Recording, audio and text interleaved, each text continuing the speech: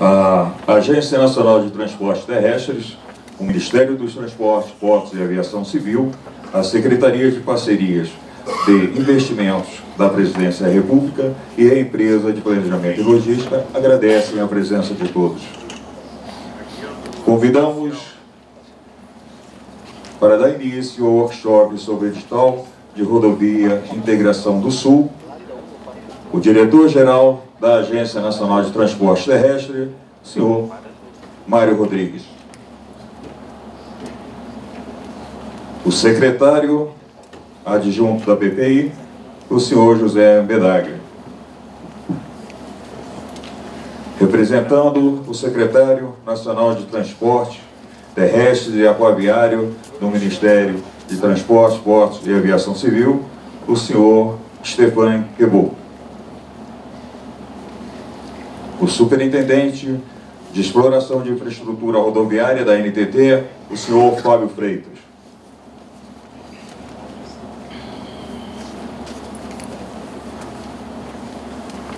Por gentileza, pode se sentar.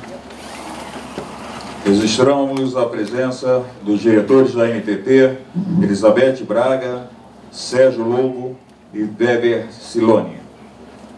Com a palavra, diretor-geral da NTT, o senhor Mário Rodrigues. Bom dia. Inicialmente aqui quero começar aqui agradecendo a presença de todos. Agradecer aqui a presença do secretário adjunto José Bedaglia, da BPI, representando o secretário do Ministério do Transporte, Luiz Carvalho, Stéphane Quebaldi, superintendente da SUINF, o Fábio Freitas, os diretores da NTT, Sérgio Lobo, Elizabeth Braga e o Herbert Siloni. Quero também cumprimentar todos aqui presentes, a imprensa, funcionários, cumprimentar também o pessoal da nossa unidade no Rio Grande do Sul, que está assistindo por videoconferência, também a toda a imprensa aí presente. E é com grande satisfação que hoje, já publicado no Diário Oficial, nós lançamos o edital da concessão da Rodovia de Integração do Sul, a RIS. Uma série de novidades. É uma concessão que houve ampla discussão e uma participação muito forte, tanto da PPI, como da EPL, como também do Ministério dos Transportes, e acredito eu que nós conseguimos aí trazer um edital muito coerente, muito ajustado perante as outras fases que nós tivemos nas nossas concessões. Antes de passar a apresentação, que quem irá apresentar é o nosso superintendente, Fábio Freitas. Mais uma vez agradecer a todos, e eu acho que com certeza nós teremos um grande sucesso, um nível de participação de grupos que já mostraram interesse nessa concessão, e é realmente isso que a gente espera, que a gente tenha sucesso nessa nova modelagem. A chegada do nosso secretário de Fomento e Parceria do Ministério do Transporte, Dino Batista, obrigado pela presença.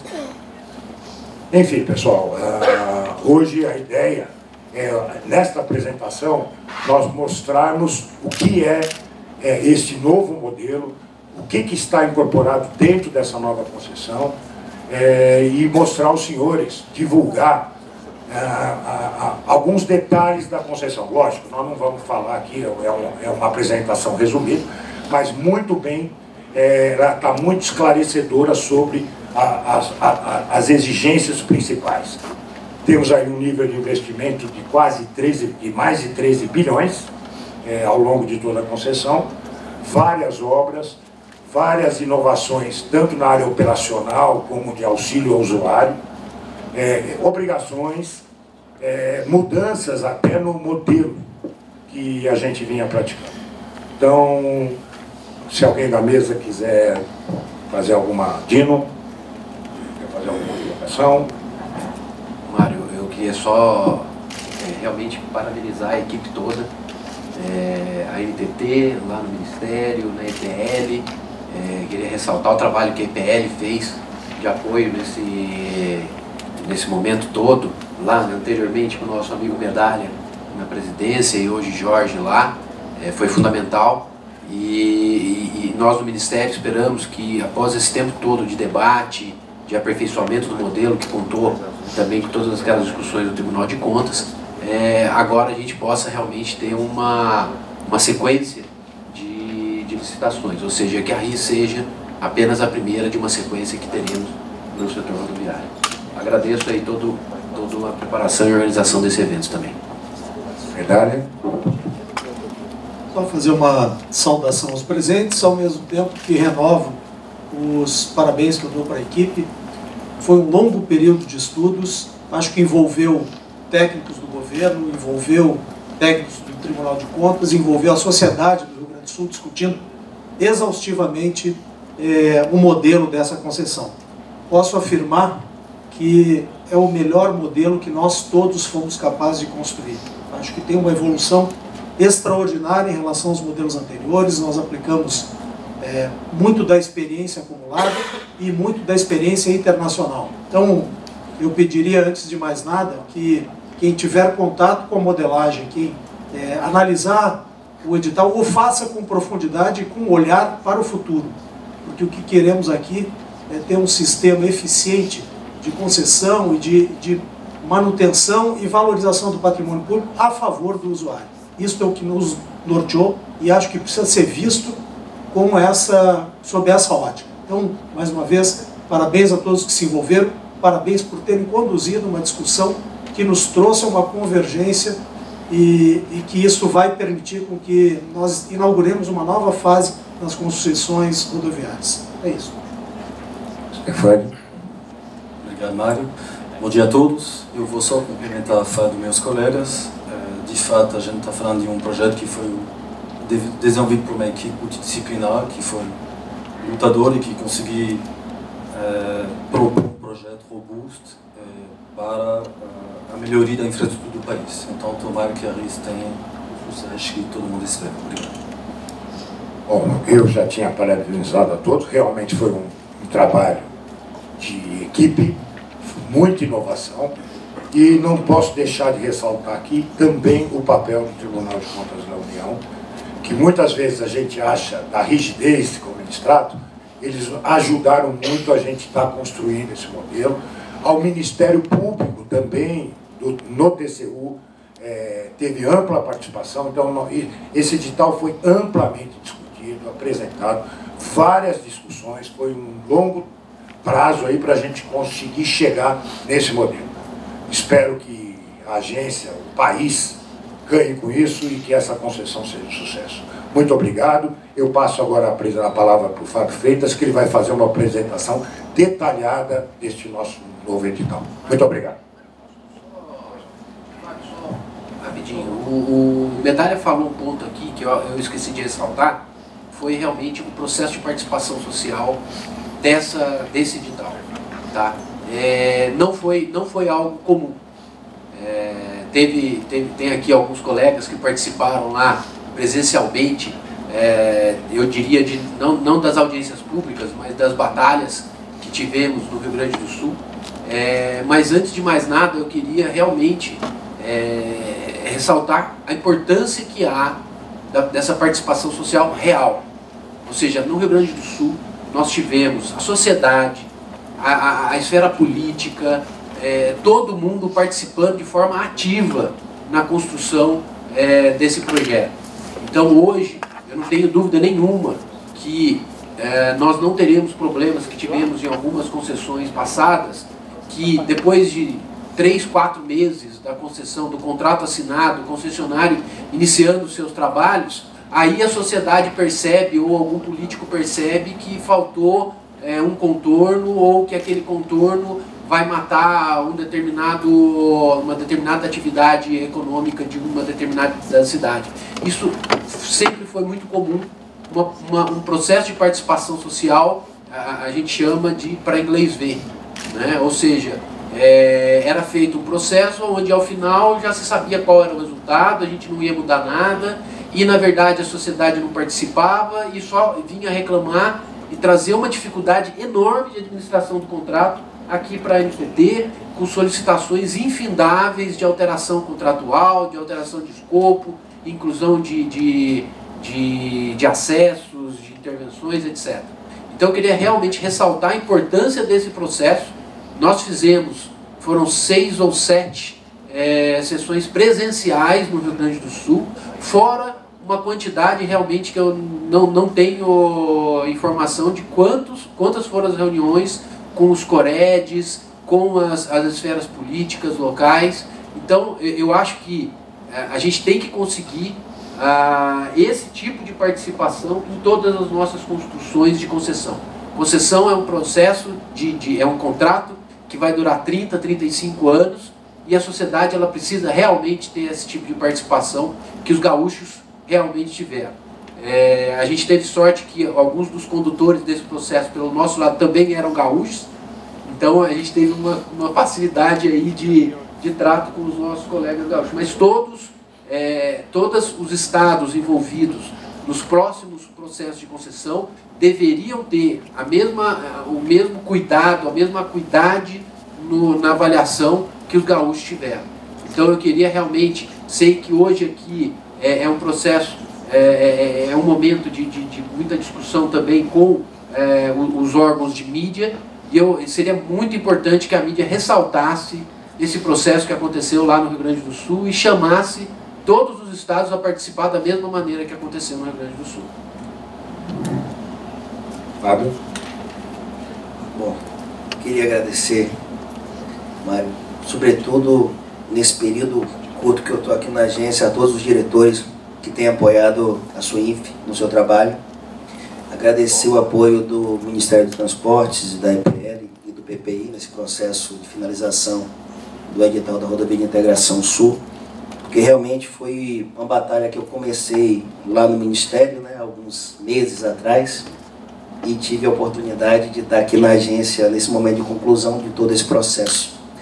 E sei o quanto rico de fato foi a discussão desse edital, da importância de cada instituição, da importância do diálogo com o Tribunal de Contas, com o Ministério Público, que foi fundamental para o amadurecimento e enriquecimento desse contexto das concessões federais de rodovias, né, porque a regulação, como tudo na vida, evolui e amadurece, né? Nós aprendemos com os equívocos cometidos, com os problemas da vida real, que são diferentes dos problemas de laboratório, e isso traz para esse novo edital todo esse contexto de aprendizagem da agência e desse diálogo com a sociedade civil, com o Tribunal de Contas, com o Ministério Público e com todos os envolvidos dentro do governo.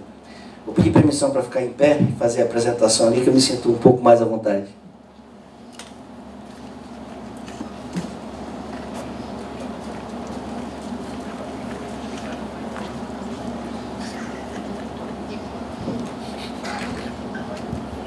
Bom,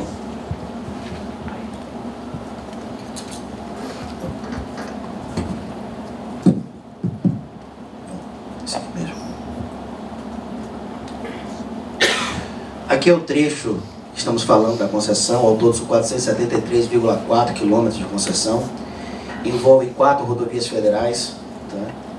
E esse contexto aqui foi fruto de muita discussão. Por quê? Porque muitos diziam da necessidade de ser maior ou menor, mas foi amplamente discutido com a sociedade, com o governo do Estado.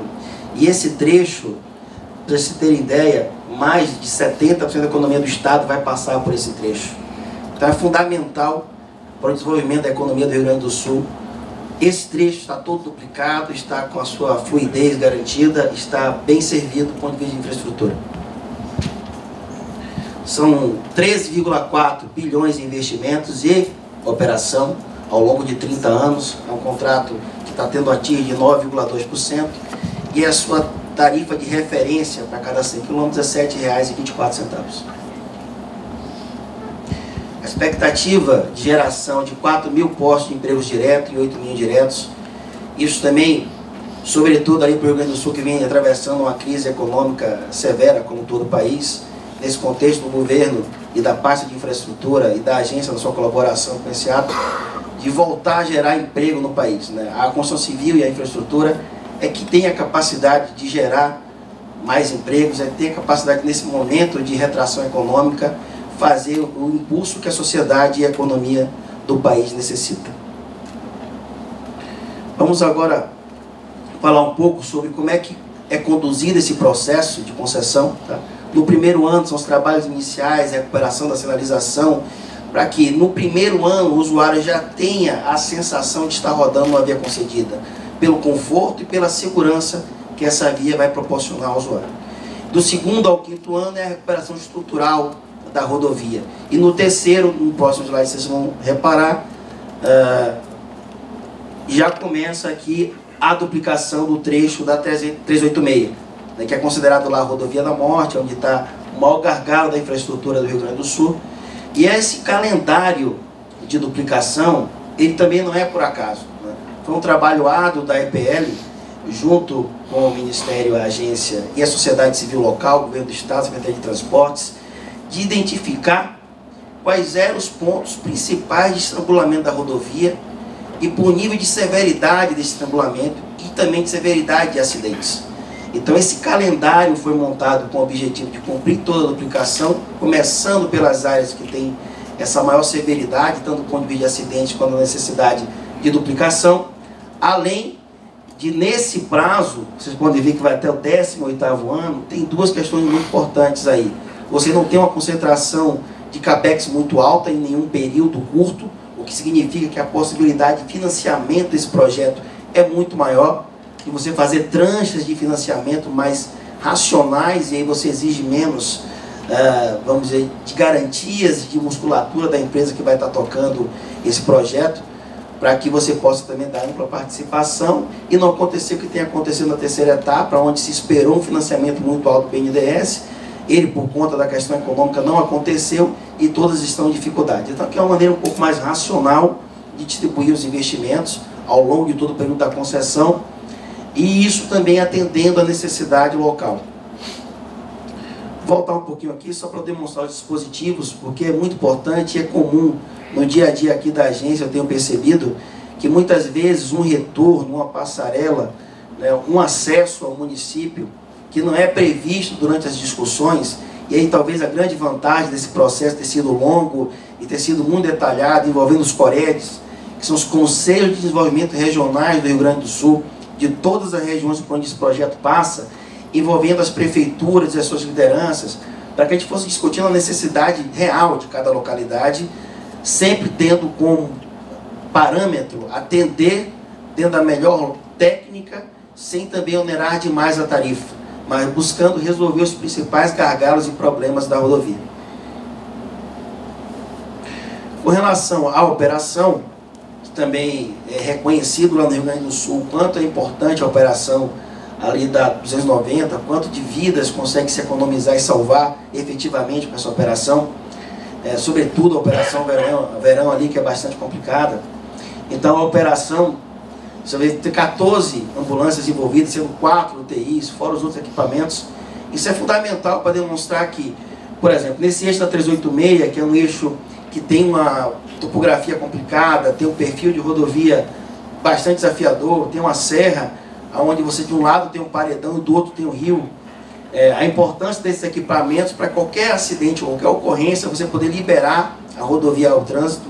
As indústrias daquela região, elas precisam ter um pouco mais de previsibilidade quanto à saída das suas cargas e chegada ao porto, porque isso envolve questões do frete marítimo, demurge, etc., que aumenta o custo e diminui a competição do Estado frente ao resto do Brasil e ao próprio Mercosul. Um aspecto bastante importante é esse vídeo monitoramento de 100% do trecho. Nós discutimos isso com a Polícia Rodoviária Federal, com os órgãos de inteligência do governo do Estado, de polícia. É fundamental porque também aí, pela própria ligação que tem com os outros países do Mercosul, boa parte do contrabando e das ilegalidades também vem por esse trecho. Então isso vai auxiliar na segurança do Estado e fortalecendo também a de todo o Brasil, porque se você evita que o contrabando entre ou que a droga entre, você também evita boa parte dos problemas de segurança que o país atravessa. Aqui está à disposição das praças, a sua localização, um valor igual para todas as praças, Isso também foi fruto de ampla discussão com a sociedade local. Devido ao trecho ali da serra, a gente não conseguia encaixar praças no meio do trecho, porque tem essa dificuldade geográfica, então ficaria grandes extensões para as praças daquele trecho da 386, e é justamente a área economicamente menos favorecida do Estado. Então isso poderia levar para aquele trecho da área econômica menos favorecida do Estado uma tarifa de face para aquelas praças um pouco maior. Então essa equalização foi fundamental para manter o equilíbrio do projeto e a capacidade de pagamento dos gaúchos. Bom, o histórico desse processo já foi um pouco contado pela fala de todos, mas você vê que foram mais de 600 contribuições só para a questão da audiência pública. Essas 600, eu arrisco dizer que deu quase umas 6 mil, porque eu tive o prazer de estar lá na comissão ajudando a responder, e cada uma vinha com 30, 40, 50 perguntas.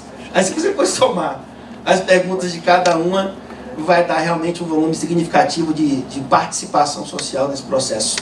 O debate que durou 9 meses com o Tribunal de Contas, não só com a área técnica, mas com o gabinete do ministro Bruno e com os outros ministros também do Tribunal, além da participação do Ministério Público de Contas junto ao Tribunal de Contas, para definir os ajustes daquilo que eles apontavam como fragilidades do modelo e que a gente vai estar falando um pouco mais detalhadamente à frente.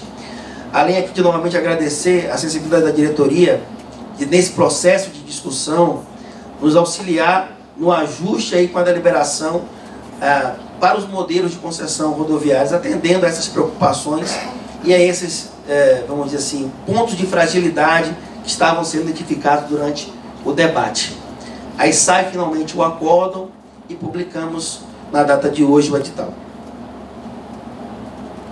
Bom, aqui vamos tentar falar rapidamente sobre os principais pontos de alteração na modelagem, a importância dessas alterações, e eram justamente essas discussões de alguns pontos de fragilidade que se via e que a gente buscou corrigir. Bom, para a questão dos leilões, acho que não é novidade para nenhum dos senhores, o Ministério do Transportes, a PPI, a agência, a EPL participou de diversos roadshows no mundo inteiro, divulgando o projeto, tentando atrair novos players para o mercado de concessões rodoviárias no país. E fruto dessa discussão, eles apontavam algumas dificuldades para que essas empresas e esses fundos viessem a participar dos nossos editais. Então esses itens buscam atender justamente a essas demandas e propiciar assim maior competição para o certame. Vale a pena destacar essa questão do bid responsável, né? Foi um tema que a gente discutiu bastante com o Ministério e gerou uma cláusula contratual que é a partir de 10% de diferença da ofertada no leilão, ele tem que aportar um excedente, uma ampliação do seu capital para que cubra aquele índice de financiamento do próprio projeto frente à necessidade de investimento que esse projeto tem. Esse instrumento é feito não para evitar que você tenha bids maiores do que 10%, mas que aqueles que o façam tenham feito as contas adequadas e tenham um capital social suficiente para fazer frente a todos os investimentos que esse projeto requer, que não são pequenos. Você vê lá que ao longo de 30 anos, minimamente vai se investir 13,4 bilhões de reais. Nessa lâmina nós vamos agora analisar as regras, né, para a questão da mutação do contrato, ou alteração ou incremento de novas obras no contrato. Bom, a gente já tem uma resolução da agência que coloca isso aqui no penal, a gente deve inclusive discutir ampliações e ajustes nessa própria regulação da agência no futuro breve, mas nesse contrato, por conta dessa ampla discussão e por conta também do item abaixo, né, que é o estoque, ele está travado para grandes inclusões ocorrerem apenas nas quinquenais. Isso é em função justamente de como tratamos essa questão do estoque. O estoque ele é feito para que haja o aproveitamento do certame licitatório, das vantagens obtidas naquele certame. Ele funciona exatamente como um fator que é um fator de desconto pela obra não realizada, só que com um sinal ao contrário, um sinal positivo, né, e com ajuste temporal de quando aquele elemento entra, quer seja uma passarela, um retorno, um acesso. E isso já está pré-estabelecido no contrato, ou seja, se por algum acaso houver uma alteração dentro daqueles municípios que esse projeto atravessa, de inclusão de uma escola, de uma universidade, de uma fábrica, e que seja necessário para que a rodovia continue prestando um bom serviço, quer seja pela parte da segurança, quer seja pela parte da fluidez, algum outro dispositivo, esse contrato já está com essa previsão desde o seu início, o que fica praticamente automático, né? A decisão frente à necessidade já tem um cálculo de quanto aquilo vai impactar e só vai impactar no momento que entra. Então isso é uma evolução regulatória que é do nosso dia a dia, e um contrato de 30 anos não se pode imaginar que vamos conseguir prever exatamente tudo que vai acontecer. A rodovia é um organismo vivo e o contrato tem que estar preparado para conseguir ser mutável e atender essas necessidades. Então foi nesse sentido. E o gatilho de investimento, que aí foi uma fragilidade apontada nas discussões com o Tribunal de Contas, que ele entendia que em alguns aspectos poderia a empresa estar oferindo junto com a necessidade, para que não estava prevista no contrato inicial, uma duplicação ou uma terceira faixa, e por conta do nível de serviço ter estourado naquele trecho, seria necessário desenvolver, que haveria tido acréscimo suficiente na receita da concessionária para que aquilo fosse feito sem entrar pelo fluxo de caixa marginal. O que não é uma verdade. É uma possibilidade e, no nosso entendimento, pelo histórico remoto. Mas, dentro dessa discussão, até para demonstrar que não há aqui nenhuma intenção de não buscar as melhores técnicas regulatórias, criamos esse mecanismo que justamente faz esse compartilhamento do risco com a concessionária. Se estiver comprovado que houve acréscimo de receita suficiente para fazer frente ao novo investimento, esse será realizado sem acréscimo, sem fluxo de caixa marginal, será obrigação da concessionária. Se, por um outro lado, não houve esse acréscimo da arrecadação suficiente para fazer frente ao investimento, a totalidade ou a diferença será reequilibrada. Isso está no edital, isso está explicado lá detalhadamente, mas, obviamente, como é uma inovação, a equipe técnica toda está aberta a discussões com eventuais participantes, ou aqueles que ainda tiverem alguma dúvida a respeito desse mecanismo. Vamos lá. Contornos em trechos urbanos, que é uma outra questão que também foi muito debatida nesse período. Porque em algum momento se prevê a melhoria da travessia urbana como o mais adequado, mas, como vocês viram, são 18 anos ali de obras de duplicação. E nesses 18 anos pode ocorrer algum elemento em que aquela travessia tenha algum empecilho para que você consiga fazer a melhoria daquela travessia.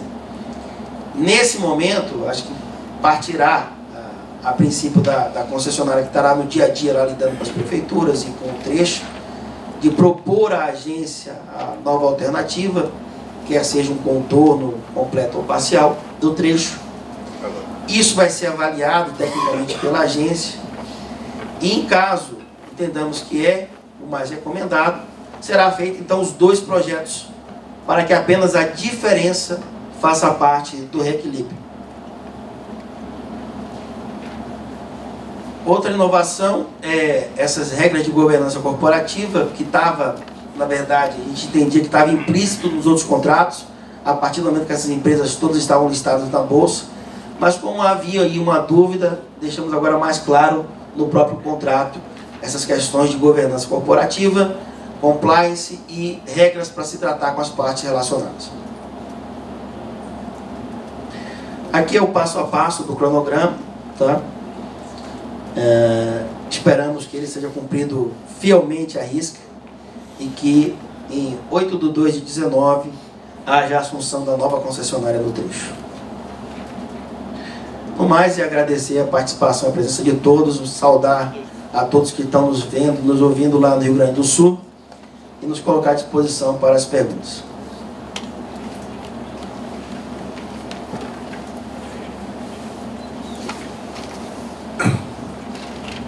Bom, pessoal, aí a apresentação. Eu queria agora abrir aí algum questionamento, alguma dúvida. Fiquem à vontade, por favor. Bom dia a todos, sou o Matheus, repórter do Jornal Zero Hora e da Rádio Gaúcha. Duas perguntas sobre a mesma rodovia BR-290, cujo trecho lá é conhecido como Freeway. Hoje está encerrando o contrato que já foi prorrogado da atual concessionária com o CEPA. E caso o contrato não seja renovado até a meia-noite de forma emergencial, a informação que nós temos é de que o DENIT assumiria, né, a administração. Quero confirmar se de fato o DENIT vai assumir a administração à meia-noite e se ele vai ficar responsável até que a nova empresa em fevereiro assuma. E ainda sobre essa rodovia, se o senhor me permite, hoje a concessão tem 121 quilômetros, a previsão aqui é de 98. Hoje a estrada tem 3 praças de pedágio e, pela previsão aqui, passaria a ter 2, inclusive nos mesmos locais em que já estão. A terceira praça de pedágio, situada na cidade de Eldorado do Sul, ela seria extinta a partir do final desse atual contrato? Obrigado. Bom, quanto ao encerramento, realmente a concessionária, nós estamos já comunicando a concessionária, dialogamos com ela, negociamos se ela teria interesse em uma redução tarifária. Ela colocou-se que não teria interesse na renovação por mais um ano, então decidimos que, estamos comunicando à empresa, que no dia 3, a partir das 0 horas, o DENIT vai assumir a concessão. E vai assumir essa concessão até que a gente consiga estar com a nova concessão, com a nova concessionária aí contratada. Quanto à mudança da praça, Fábio, eu gostaria que você colocasse ele. O trecho atual da 290, ele vai terminar ali logo após a ponte móvel. Aquele outro trecho, o Ministério está estudando uma outra concessão, tá? Que envolve ali a 116 e o restante da 290, e ela será alvo de uma próxima licitação. Então o trecho atual realmente vai ser fracionado, o trecho dessa concessão acabará ali depois da ponte móvel, e há só um equívoco que as duas praças, elas não ficarão no mesmo local. A de Gravataí permanecerá no mesmo local só até o 18º mês, enquanto não é construído a praça definitiva. Porque há um compromisso nosso nessa discussão, inclusive com a sociedade, que já vem de longa data, de reposicionar aquela praça de Gravataí. Perdão, por que reposicionar? Permanece em Gravataí, mas em outro ponto? A sociedade entende que a praça, na posição que está hoje, limitou o crescimento econômico ali daquele entorno da praça. Essa é uma discussão de longa data já com a sociedade gaúcha, e dentro desse processo da nova licitação, foi amplamente solicitado a troca da posição daquela praça, ficando acho que um pouquinho antes da Ford, né? GM, esse criando 59 porque antes da GM. Então, essa discussão deve ter aí pelo menos uns 10 anos já na agência, apenas se concretizou nesse processo da nova concessão. Isso. 59. 59 é o atual, né? Não. Passa a ser no 59. 77. Obrigado. Bom, antes de... Só em relação à pergunta do DENIT, só reforçando, ontem, no Ministério dos Transportes, nós tivemos uma reunião final junto com o DENIT, o próprio ministro, para fazer a verificação de todos os pontos que são necessários para a assunção pelo DENIT. E está tudo dentro do cronograma. O DENIT, na verdade, já há mais de ano, nós do Ministério já tínhamos sinalizado ao DENIT sobre essa possibilidade, e já há algum tempo o DENIT estava se preparando para essa possibilidade, para que não haja nenhum tipo de prejuízo para os usuários ou para a operação. Existe uma preocupação local muito grande em relação à operação da ponte, e houve um cuidado muito grande do DENIT para que não houvesse nenhum tipo de descontinuidade na operação dessa ponte. Então tá tudo tranquilo em relação à assunção pelo DENIT. Antes de passar para outras perguntas, quero cumprimentar a presença do secretário nacional de Transporte Terrestre e Aquaviário, Luiz Carvalho, e convidá-lo, por favor, para sentar à mesa. Alguma outra? Fábio, eu fiquei com uma dúvida. Quando você fala... desculpa, sou Ive, jornalista da CNT. Quando você explicou um pouquinho dessa diferença de 10% do que for ofertado no leilão tem que ser aportado para ampliação do capital, será que você pode explicar um pouquinho melhor essa cláusula nova aí? Bom, esse mecanismo ele foi criado justamente para evitar que, ao dar um bid muito grande, um desconto muito grande, depois a concessionária que vai assumir o trecho não tenha condições de conseguir financiamento ou de manter estruturalmente a parte financeira do projeto saudável. Então, aqueles que derem um desconto maior do que 10%, terão que acrescer ao capital social inicial obrigatório a diferença que esse percentual a mais gera de arrecadação ao longo do tempo para que faça frente às necessidades de investimento da rodovia. Tem uma fórmula no contrato, isso está bem descrito lá, tá? Apenas para que se assegure, quem trabalha com financiamento de infraestrutura de longo prazo vai entender o que eu estou dizendo. O BNDES hoje, para ele emprestar, ele olha a saúde financeira do projeto. E ele calcula, em termos mais ou menos de 1,3 a cada real arrecadado, ou investido, 1,3 arrecadado para que você tenha a segurança que vai honrar com seus compromissos financeiros. E é essa relação que tem que estar mantida frente à obrigação de investimentos. E essa relação só será mantida você adicionando capital, ou seja, a diferença de arrecadação a partir da nova tarifa gerada para a expectativa inicial. Fazendo isso, você consegue garantir que o projeto terá a saúde financeira necessária para a conclusão dos investimentos. Basicamente é isso, mas no edital tem lá uma tabela que demonstra de forma bastante clara como é que esse cálculo vai ser feito. Bom dia, André Borges, do Estadão. Eu queria esclarecer alguns pontos, inclusive do que foi apresentado para o TCU, que foi discutido lá, só para compreender se o que ficou ou eventualmente foi retirado, né, do texto final.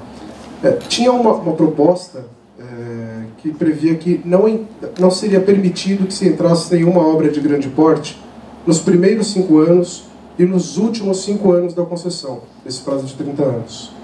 Queria saber se isso está mantido. Isso é uma primeira dúvida. Já falo todas ou...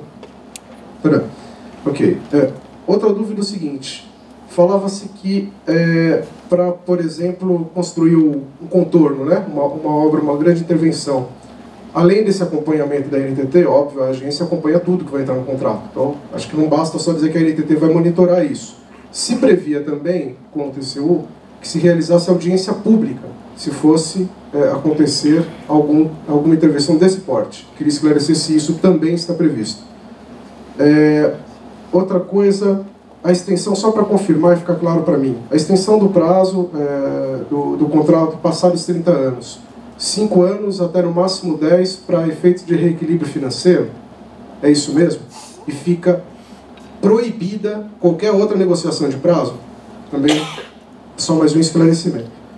E finalmente, para concluir, se essas regras que agora estão sendo aplicadas na RIS, essas regras gerais, são as que devem embasar os próximos leilões de rodovia, em termos de prazo, exigência e atuação da NTT, realização de urgência pública, etc. Obrigado.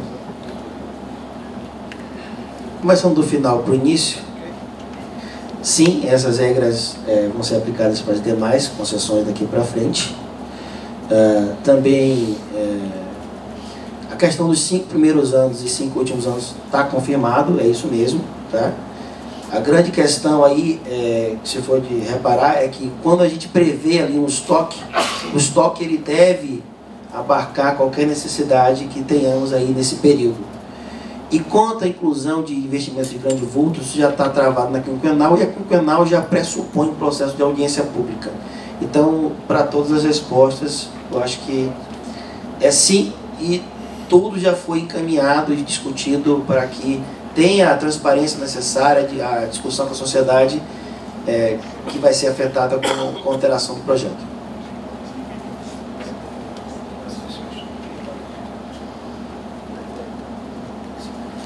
bem lembrado aqui que a gente só deixou uma exceção, que são as questões de segurança.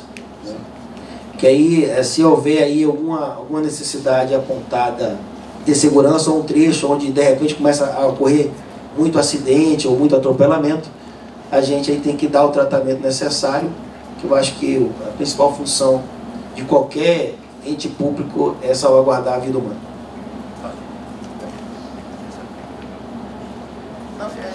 Eu comentei, aqui está na quinquenal e isso, a quinquenal pressupõe que tem audiência pública. Só reforçar uma pergunta, o senhor colocou que a cobrança desse atual contrato vai ocorrer até meia-noite. Eu só quero confirmar se de fato é meia-noite, porque surgiu uma informação lá no estado de que seria até às 6 da tarde, não sei se por uma questão operacional e de preferência da concessionária, não sei se isso foi informado a vocês.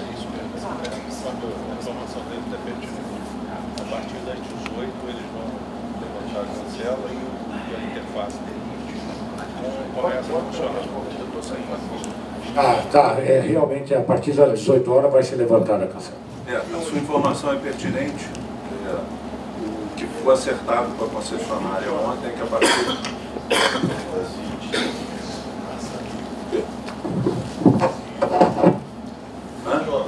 às 20 horas. Não, às 20 horas. Tem outra informação mais recente que é 20 horas, mas estava previsto ontem, exatamente, de hoje. Tá? É 20 de hoje, Miriam, que chegou a informação? Então é isso aí. Então não é 18 nem amanhã, é às 20 horas de hoje já. O tenente assume. Assume. Oi, vamos seguir aqui. Eu queria falar um pouquinho sobre o tempo que foi dado para duplicação, né? Está dizendo aqui, dá para ver que acho que volta o instrumento do gatilho conforme a demanda, porque o que se prevê é que o trecho todo seja duplicado em até 18 anos, ante uma regra, está aqui, até ter o trecho todo duplicado no limite até 18 anos, ante uma regra anterior, que está sendo aí alvo de todo tipo de contestação pelas empresas e negociações que a gente sabe que eram de 5 anos. Queria saber o que levou a esse prazo, se ele é um prazo específico para essa rodovia, cada uma agora, a partir daqui para frente, deve ter um outro prazo também. Queria entender um pouquinho o prazo para a duplicação. Obrigado. Só para ficar claro, não é gatilho, tá? Nesse caso. Por quê? Porque todo o trecho já está estourado. Do ponto de vista de cálculo de infraestrutura, todo o trecho já está estourado pelo menos há 10 anos. Então não é gatilho.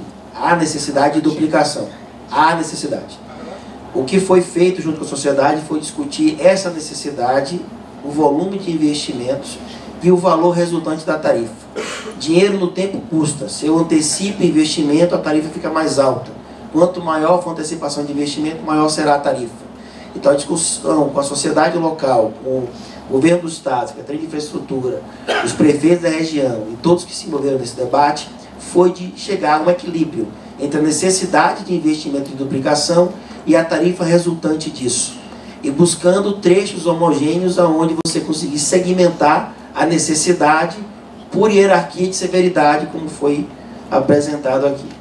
Então não se trata de gatilho, dada a duplicação do trecho todo, apenas foi ajustado o período disso frente a essa relação custo-benefício, né? O quanto é gerar de receita.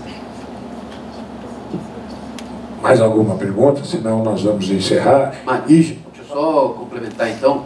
André, é importante notar o seguinte: existe uma orientação geral do próprio PPI que as principais obras nas concessões sejam incluídas por gatilho.